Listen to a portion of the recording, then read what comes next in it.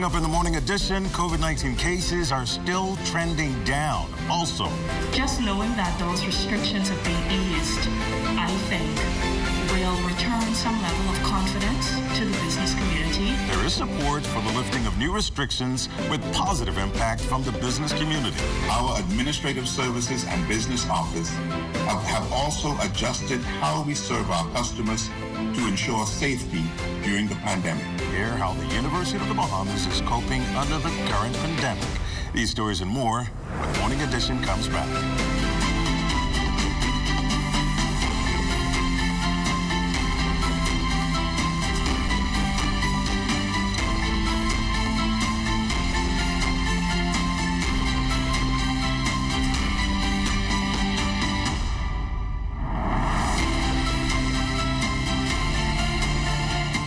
First, it's more than just our name, more than just our achievements. It's our nature, and it's where we put our customers. At Bahamas First, we've refreshed our look, but our nature remains the same. We design insurance solutions that protect our customers from life's uncertainties, whatever they may be. We equip you for the future so that you can recover stronger. Bahamas First, what's first for you comes first for us. We are doing everything we can to make sure that the patients are safe. The Baptist Health System has an infrastructure and protocols to make sure that you continue to have the care that you deserve. We're caregivers. This is what we signed up to do. We show up and we take care of those that are in need. Providing care with my patients that I would want for my own family member. Come into the hospital if you need that care. What matters most is your health. Be proactive about it. Good morning, I'm Desmond Saunders, and thanks for waking up with us this morning. Trailing feeder bands from ETA are still supporting pockets of unsettled weather over parts of the country. ETA is now meandering over the Gulf of Mexico. Meantime, expect fresh to strong breezes along sea swells across the island chain today. And now is your general outlook for the days ahead. Current conditions, 81 degrees, partly sunny skies, winds south-southeast, 13 miles per hour. Humidity level, 88%, and the pressure 29.89 Celsius. Here's a look at your extended forecast for Nassau.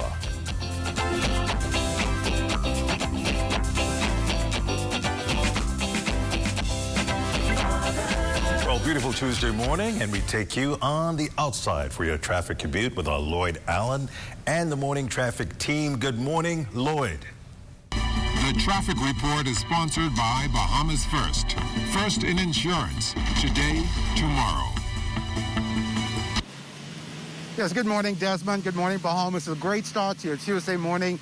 This morning, we are in the area of Bahamar Boulevard and John F. Kennedy Drive. Already this morning, bustling traffic continues in the western area of New Providence. As I've observed, many of those vehicles include service vehicles heading into the west, as well as many construction workers and others, essential and non-essential workers. And of course, this morning we want to salute all workers who contribute to our economy. This morning we are joined by Sergeant Christinia Johnson from the Royal Bahamas Police Force Traffic Division, giving you an initial look at overnight traffic. And a pleasant good morning to you and a pleasant good morning, Bahamas. Over the 24-hour period, we've had 9 traffic accidents involving damage and 3 traffic accidents involving injuries. There are no hit-and-run accidents reported and no traffic fatalities. At this time, we do have 10 persons who remain hospitalized as a result of being involved in a traffic accident, one of them who's very ill at this time. Now, Officer Johnson, I know that you also wanted to make mention of a series of accidents that you've observed just as recent as yesterday that involved some essential vehicles. Yes, of those 3 accidents that I reported having injuries, 3 of those accidents involved persons that were traveling in emergency vehicles. So we had a vehicle, we had a mobile vehicle, we also had a fire truck, and we had one of the other government agencies, and all of these persons in these vehicles received some injury. So we again appealing to the motoring public as much as possible. Please do, when you're driving on the street, pay attention. I also want to talk on the fact that when you're traveling in your vehicles, if you're traveling with your radios up or anything that is distracting you, if your radio is up to a volume where you can't even hear yourself, of course, you would not be able to hear a horn or you would not be able to hear the siren of an emergency vehicle. So as much as possible, if you're inside of your vehicles, we're not going to cause you now to not have comfort in your vehicles. But, however, do so with some caution. Understand that when you're on the street, you're not just driving for you, you're using the other persons are using the street, and you need to be able to hear those emergency sirens, and you need to be able to hear the horns. And of course, before we wrap up this morning, just a note to drivers in areas like this, roundabouts throughout the capital, oftentimes when it's traffic, sometimes you have a few drivers who decide to overtake. Maybe they're in a rush or for whatever reason. And so I'd like you to speak to the issue of concerns when persons overtake at a roundabout or a major intersection, and what are some of those major penalties? As it relates to overtaking or even switching lanes on the whole, it goes right back to the mayor principle. If you are going into somebody else's lane, you want to ascertain your way clear. Putting on your signal is not sufficient. When you put on your signal, you still have to use your mirrors, and you still have to ascertain your way clear before getting into that next lane. Do not, as much as possible, do not bully yourself into that next person's lane. Keep in mind that person may not have seen you, and they might be traveling at a speed not conducive to allow you in front of them. So if you are on the street and you want to ascertain somebody else's lane, please utilize your turning signals, utilize your mirrors, ascertain your way clear before entering into their lane. And when it comes to overtaking, if you overtake more than 2 vehicles, you are in breach of the law. You should only be overtaking 2 vehicles at a time, no more than that. We find that accidents happen where persons are allowed to come out of the corners by other drivers. Drivers overtake those vehicles and collide into them. And then they say, okay, I have the right of way because I'm on the main road. No, that is not the case. If you are driving on the street and you are overtaking an extended amount of vehicles, you're going to find yourself at fault for that traffic accident. Officer Johnson, thank you so much for that update. Of course, this has been your Tuesday morning traffic report from John F. Kennedy Drive for the morning edition. Lloyd Allen, ZNS Network News. Now to the top stories this morning. COVID-19 cases across the country remain on the downturn as the Bahamas has recorded 28 new cases released for Monday. Also, New Providence reported 4 new infections, minus 7 reclassified cases. This according to the latest COVID dashboard. Grand Bahama reported 6 cases, while Abaco reported 1, Eleuthera 10, while Andros has 2 new cases. Meantime, the move by the government to relax the COVID-19 emergency power is getting positive feedback. President of the Bahamas Chamber of Commerce and Employers Confederation, Crystal Rutherford Ferguson, sees the decision as critical to the success and survival of local businesses battered by the pandemic. The Chamber also offered recommendations to the government. It will go a long way to increase revenues being generated and to service customers within the various industries, particularly retailers and restaurants and some other businesses. But those restrictions, it's something that the Chamber has made its position known time and time again with regard to how damaging it can be to the various business lines. And just knowing that those restrictions have been eased, I think, will return some level of confidence to the business community to better plan and prepare for the future. It also goes a long way in keeping staffing levels and ensuring that persons have a job to return to. General Manager John Shoe Store, John Takatopoulos, welcomes a full stream of in-store customers, but says curbside services will not be completely eliminated.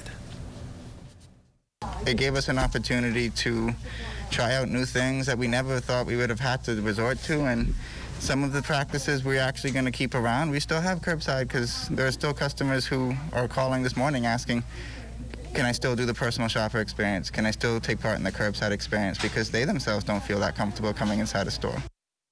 Well, the easing of restrictions under the emergency powers orders for New Providence by the nation's leader is good news for some residents, while others believe there could be more relaxation. Philip Stubbs says he's thankful for the easing of restrictions guided by science and believes they were needed. Another resident, however, feels they were too disruptive.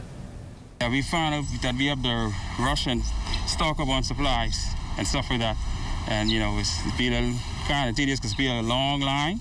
It's been kind of hard at times. I wish this could soon over with what's going on with this, you know, pandemic and all that. COVID-19 is not here to go tomorrow or yesterday.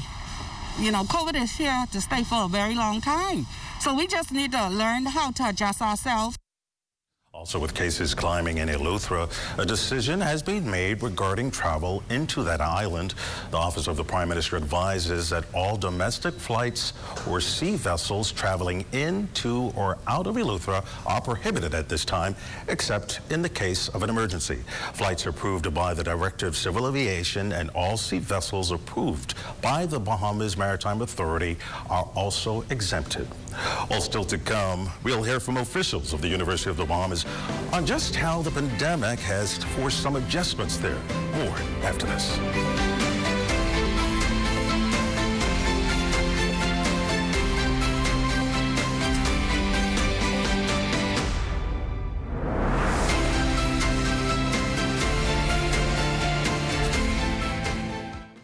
Praise the Lord, friends, family, and hasta gumpa. Friends, family, and hasta gumpa. God is not pleased with you, Pastor Gumpa. My name is Dr. Johnson, and I am a Bahamian. I am just like a Bahamian. I contribute just as much as you do to the people of the Bahamas. You are very rude, Pastor Gumpa. You are very rude, and I believe you are not a true man of God. Your favorite TV show. Guess who's back? Yours truly on the OT. Starting Monday, November 9th at 9 a.m. on 1540 a.m., 104.5 FM, and on the ZNES television network. Starting once again November 9th. We'll be going Mondays and Wednesdays. We may be in COVID, but nothing stops this show. The OT is back.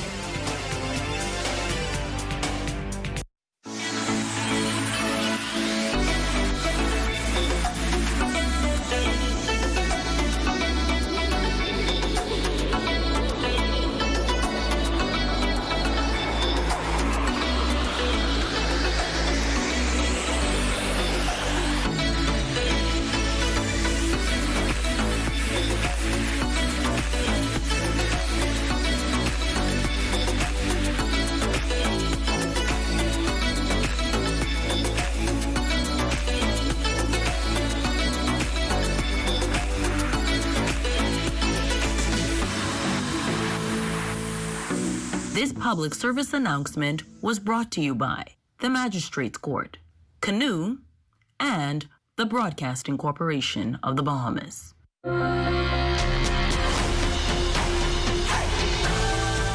Welcome back. Well, the University of the Bahamas, like many educational facilities, has faced COVID-19 head-on, adjusting to the new normal while focusing on its long-term strategic goals. During a virtual press briefing, senior officials of the Tertiary Institute say while there are concerns, the university is on the path of providing quality education to a growing number of students. University President Dr. Rodney Smith explains. At the University of the Bahamas, I am exceedingly proud of our team and the speed at which we were able to pivot from 100% face-to-face classes to 90% virtual classes. In addition to classes, our administrative services and business office have also adjusted how we serve our customers to ensure safety during the pandemic. We quickly established a COVID-19 task force co-chaired by Dr. Marcella Elliott Ferguson and Mr. Ronnie Stevenson to ensure that every aspect of our operations during this pandemic adheres to the emergency orders and allows for safe operations on campus for those who must be on campus. Head of the Grand Bahama campus, Dr. Ian Strawn, celebrates that enrollments continue from students throughout the country at the Northern Campus, now at 686 active students, with around 700 students accessing virtual classes. That's an uptick compared to last September, when Hurricane Dorian severely damaged the Grand Bahama facility, forcing physical operations to portions of the Bishop Michael Eldon School and the Jack Hayward Library, and slashing around 100 of the 500 enrolled students. As for rebuilding, he says the hope is that by mid-January, an announcement is expected. I would like very much to see us open our doors for fall of 2021. Depends not simply on us doing our work and the long process of legal work and design and offering of bids and accepting of bids and planning, etc., for construction or renovation, as the case may be. It also depends on where we are as a country with respect to our response to or our management of the COVID-19 crisis. Well, phase one of the National Food Distribution Task Force efforts has ended, but the work of the collective body that consists of several NGOs continues.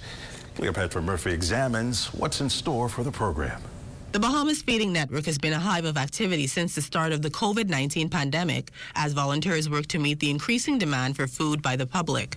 The social impact of the pandemic has been unprecedented, leaving thousands of Bahamians unemployed, unable to provide food for themselves and their families, pulling on the heartstrings of the network's executive director, Philip Smith. It's just heartbreaking when you come across persons who you know they're being honest, and they just don't have it. They do not have monies to purchase food. They have no food in their home. Smith says the nonprofit organization that is a part of the National Food Distribution Task Force has been trying to assist as many people as it can. At the height of the effort, Smith says the task force was feeding 55,000 families, equating to more than half the population. We're hoping we could get that down a bit, just so the money can last until the end of December. So, I'd like to make an appeal to the general public and to corporate Bahamas to please donate, because we're very tight going forward. We have about $4,500,000 left. And so we are going to have to cut back. Smith says it is not easy, but officials are trying to eliminate people from the list of beneficiaries that have returned to work. This is as phase one of the national feeding effort ended on October 31st, and the initiative has been extended to the end of December, when government subsidy ends. Smith says he is spearheading an initiative to raise $30 million to provide sustenance for those in need. What we are going to do going forward after January, it would be Hands for Hunger, us, Bahamas Feeding Network, and Red Cross. So the three of us are coming together to raise funds, as well as to take this at least till the end of June. We're hoping by that time people are able to support themselves. Every 2 weeks, the Bahamas Feeding Network has been sending 1,600 parcels of food to the southern Bahama Islands. Those supplies usually consist of dry goods, but he says the organization recently got a donation of fresh produce from Bahamas Food Services. What we do with the goods that come in, this makes up our 15%. The government provided 85%. The zones came up with 15%. So we basically have persons come in and get those and take them out. This comes like twice a week, stuff like this from the wholesaler. Like I said, Bahamas Food Services, to a large degree, probably gives about 70% of these goods. Dion Davis has been volunteering with the Bahamas Feeding Network and says in the current economic climate, the warehouse is stocked with food items from different wholesalers to spread out the dollars. He believes the network's effort to touch lives has been invaluable. It also take off the load off the government by assisting a lot of people that cannot be reached. And it's basically like 100% vital to the social service part of the organization because it's really helped a lot of people, thousands of people that cannot be reached, people that not even have an identity. It helps a lot of them. Cleopatra Murphy, ZNS Network News. We take you live to the Bahamas Red Cross Society when Morning Edition comes back.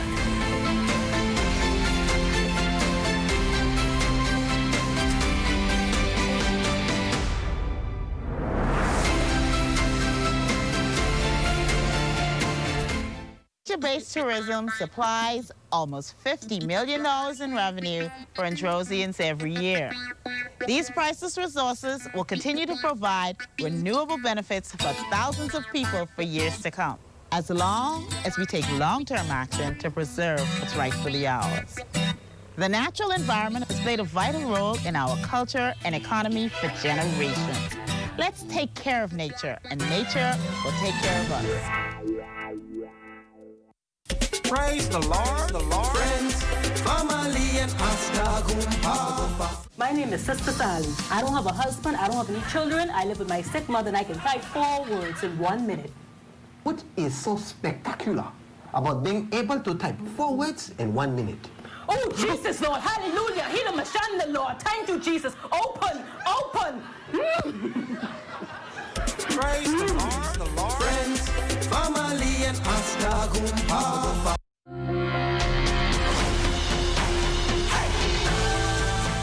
Welcome back. Well, the Bahamas Red Cross Society is also reaching out to impact many in our community, and in recent months, the Society has been forced to make some adjustments. Well, we take you live with our Lloyd Allen. He's been out and about this morning. Lloyd Allen joining us live. Good morning. Well, good morning again, Desmond, and good morning, Bahamas. This morning we're here at the Bahamas Red Cross Society, and we're speaking with Sean Brennan. He's the Director General here. Now, since earlier this year, the Bahamas Red Cross has been a part of the National Task Force assisting thousands throughout our country with food security as a result of unemployment and some challenges faced as a result of COVID-19. Mr. Brennan, welcome to the Morning Edition, and paint a picture for us on how developments have been over the past several months. Hi. Good morning, Mr. Allen, and good morning, Bahamas. Over the last 4 or 5 months, it's been extremely busy here at the Bahamas Red Cross. Not just at the Bahamas Red Cross, but for our country.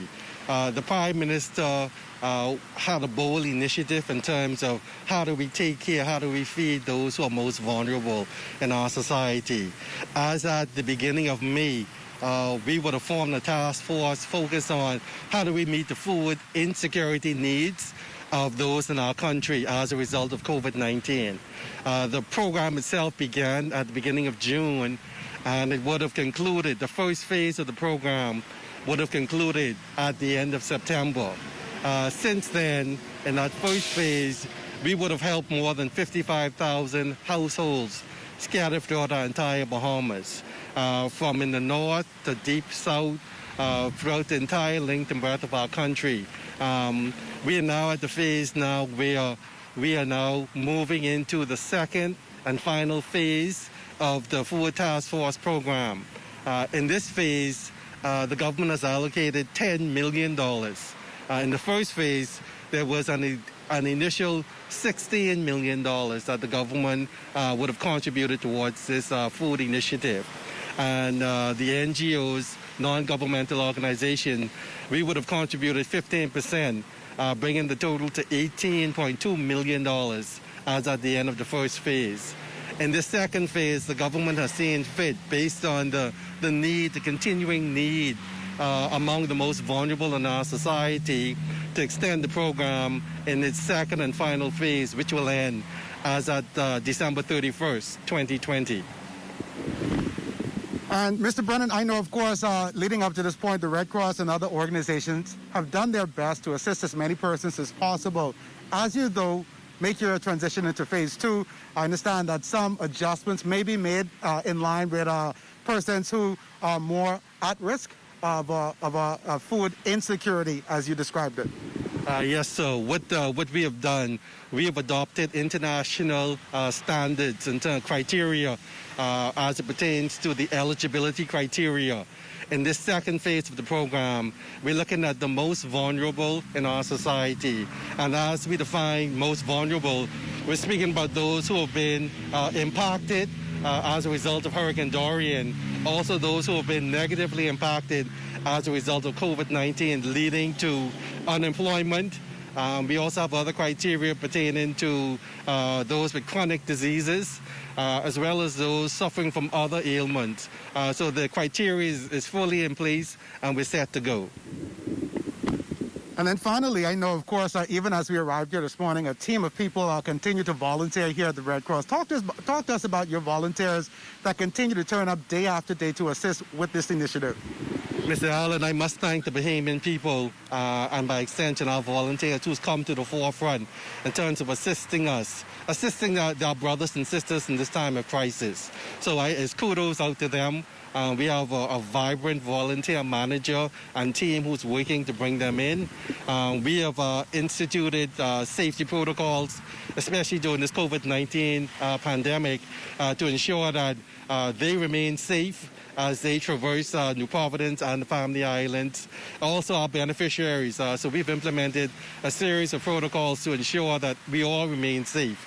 So in terms of the program, what we have done in terms of the distribution, we've extended the program in phase 2 to move away from the traditional in-person contact distribution point, and we're moving to more digital cash platform. We still have drive-through distribution points meant to maintain social distancing among beneficiaries. But a safer form of distribution we found to be digital cash. So where we can send cash automatically to your phone just to limit the contact we have and avoid any kind of communal spread during this pandemic. And I'm so glad that you mentioned that, because just yesterday we visited the Golden Gates Assembly where distribution is happening as a part of this Food National Task Force. And of course, those efforts continue. Yes. Thank you so much for speaking with us. And we will continue more with the story in the later newscast. Reporting here from the Bahamas Red Cross Society, this is John F. Kennedy Drive for the morning edition. Lloyd Allen, ZNS Network News. Lloyd Allen joining us live this morning. Well, some persons are finding virtual learning quite difficult, so imagine how physical education teachers are coping with virtual physical education. So Charles Fisher tried to find out. Government Secondary School Sports President Varel Davis indicated that they are doing their best with what they are faced with, especially trying to do physical activities through a computer with the new norm of virtual learning. Kind of rough because we're not seeing all our kids at this point in time. Each week we get better with the numbers, but we're still not reaching out to half our kids, and so which is sad. But we're there teaching and we're doing the best that we could do with our kids. But our kids are ready to go. They're ready to start sports, and I'm hoping and praying that we could start something in the new school year. I think the easy thing right now for us to start is maybe track and field. So we're trying to find a way that how we can open up safely with that event first, along with cross country, and then I guess the rest will follow. Basketball is our #1 sport in high school, and that's contact sport, and so that one's gonna be really difficult for us to actually do. Some students are longing to get back into that school environment. See them out and about, and they ask me, Miss Madam President, when we're going to start school sports, because really and truly they really miss sports. We could tell even with our classes, when we start doing our virtual learning and our kids start to exercise and start doing a little bit of movement, they're very excited, to have PE and to be able to move up and down, and so it's kind of a little sad to see them. And I keep telling them in our classes that we hope to see them in January because spend life face to face. One sector of athletes that are really feeling the strain?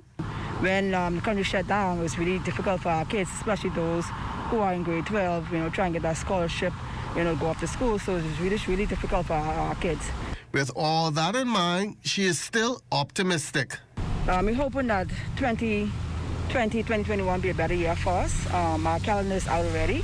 We're hoping and praying that we get this virus under control, and so our kids will be able to come back to school face to face. Until then, nothing we can really do until that happens, because we can't train the children if the children are not at school. And so we, talking to coaches and some of the kids you see around, they, is hoping that we have a season come in January. Yes, hopefully these student athletes can get back to action soon. For the morning edition, I'm Charles Fisher. And the British Legion Bahamas branch, due to pandemic restrictions, will be paying respects to those World War I and World War II veterans who are buried in the Bahamas Veterans Cemetery on Infantry Road this morning. Only the Legion's Executive Committee members will be in attendance. Social distancing and other restrictive protocols will be adhered to in carrying out this duty. Less than 10 persons, including the participants, will be in attendance during the brief ceremony. Well, that's going to do it for the morning edition. On behalf of our entire team, I'm Desmond Saunders. Thank you so much for watching. Good morning.